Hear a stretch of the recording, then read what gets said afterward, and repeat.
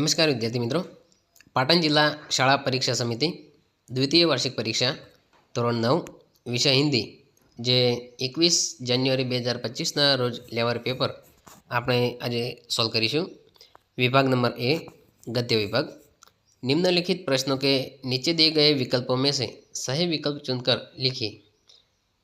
Number 1, शारदानंदन राजा की पुत्री का नाम क्या था? जवाब आवश्य सी विद्योत्तमा। नंबर 2, कहानी के अंत में नए ग्राहक अहमद को मदन ने अपना क्या नाम बताया? जवाब नंबर सी बॉय।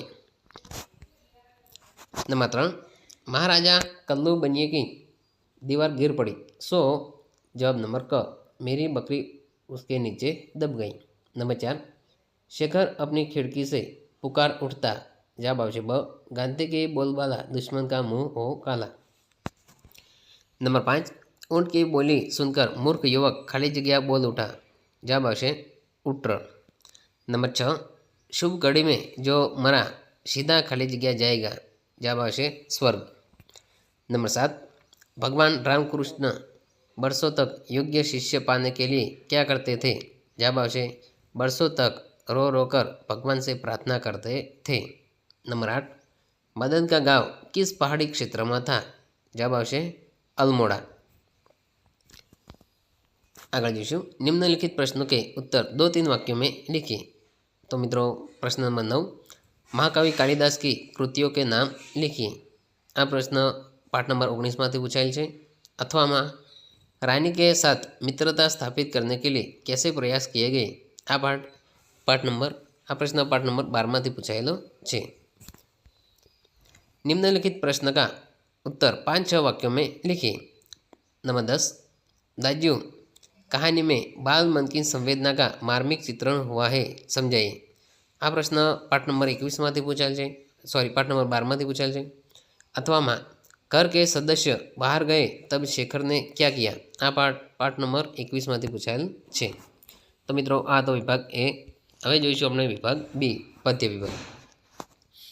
निम्नलिखित प्रश्नों के नीचे दिए गए विकल्पों में से सही विकल्प चुनकर लिखिए।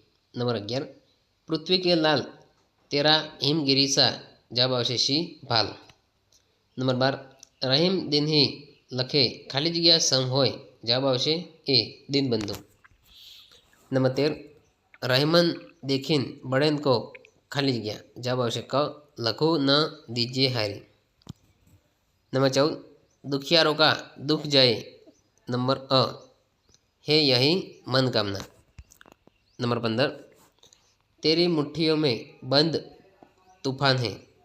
नंबर 16, गगन से अंगार बरस रहे हैं।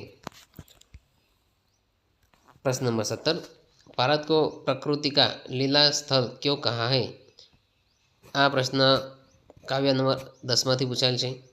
नंबर 18, मांगने के बारे में कवि क्या कहते हैं? कवि कहते हैं मांगना मृत्यु के समान है। नंबर 19, बुद्धि और हाथ किस कार्य के लिए है? आ प्रश्न पाठ नंबर 14 कविता नंबर 14 में पूछाયેલ છે। अथवा में तुलसीदास ने भगवान से क्या क्या नाते गिनाए हैं? आ प्रश्न काव्य नंबर 17 में पूछाયેલ છે। आगे निम्नलिखित प्रश्नों का उत्तर 4-5 वाक्यों में लिखिए। नंबर 20, धरती की शान कविता का केंद्रीय भाव स्पष्ट कीजिए। आ प्रश्न काव्य नंबर 20 में पूछाયેલ છે। अथवा में वृक्ष और सरोवर के उदाहरण से रहीम हमर क्यों समझाते हैं? आ प्रश्न काव्य नंबर 13 में पूछाયેલ છે। मित्रों, मोटा प्रश्नों तमारे जाते लखवाना रहेशे। आगे जोईशुं विभाग नंबर सी व्याकरण विभाग। निम्नलिखित मुहावरे का अर्थ देकर वाक्य में प्रयोग कीजिए। नंबर 21, मन बैठ जाना, तेनो अर्थ है उदास होना। तो मित्रों, वाक्य में प्रयोग तमे कोई भी वाक्य बनावी शको छो। नंबर 22, निम्नलिखित कहावत का अर्थ स्पष्ट कीजिए। नंबर 22, जहाँ अव्यवस्था तथा लूट खसोट की बोलचाल रहती हो, जवाब आवश्य क टके शेर भाजी टके शेर खा जा। नंबर 23, निम्नलिखित वाक्य शुद्ध कीजिए। प्रश्न, पानी बरस रही थी, तो साचुं वाक्य है पानी बरस रहा था। आगे निम्नलिखित शब्द का विरोधी शब्द लिखिए। नंबर 24, वृद्ध તેનું વિરુદ્ધ થશે યુવા.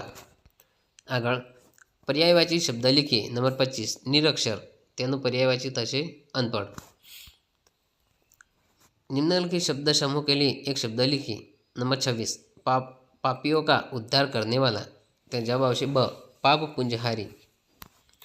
आगे निम्नलिखित शब्द में से उपसर्ग दीजिए. नंबर 27 अधर्म, अवत्ता धर्म. निम्नलिखित वाक्य में से भाववाचक संज्ञा बताइए.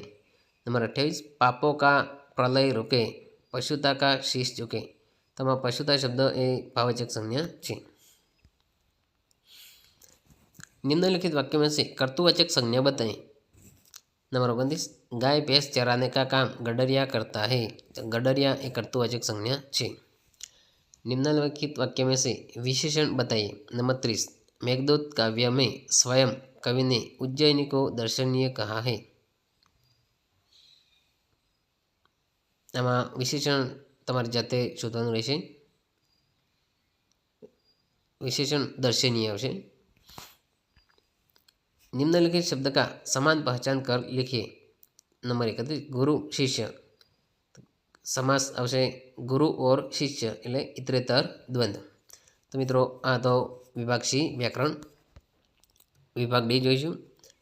परिच्छेद को पढ़कर नीचे दिए गए प्रश्नों के उत्तर लिखिए. तो मित्रों यह एक परिच्छेद आप्यो छे. प्रश्न जोईशुं. नंबर 32 हमारे शरीर में औसतन कितना रक्त होता है. जवाब आवशे